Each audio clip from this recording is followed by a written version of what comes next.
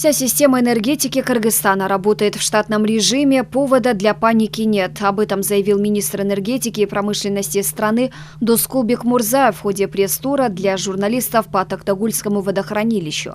По его словам, в последнее время в обществе все чаще звучат сообщения, вводящие общественность в заблуждение, сеющие панику. О том, что воду с Токтагулки слили, министр подчеркнул, что это все пустые доводы и далеки от реальности.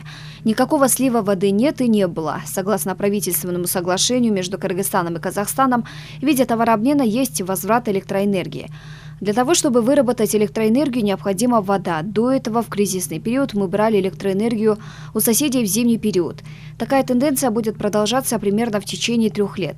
Сейчас объем воды в водохранилище составляет 10 миллиардов 874 миллиона кубов, но к зиме ожидается накопить 13 миллиардов кубов, сказал Бекмурзаев.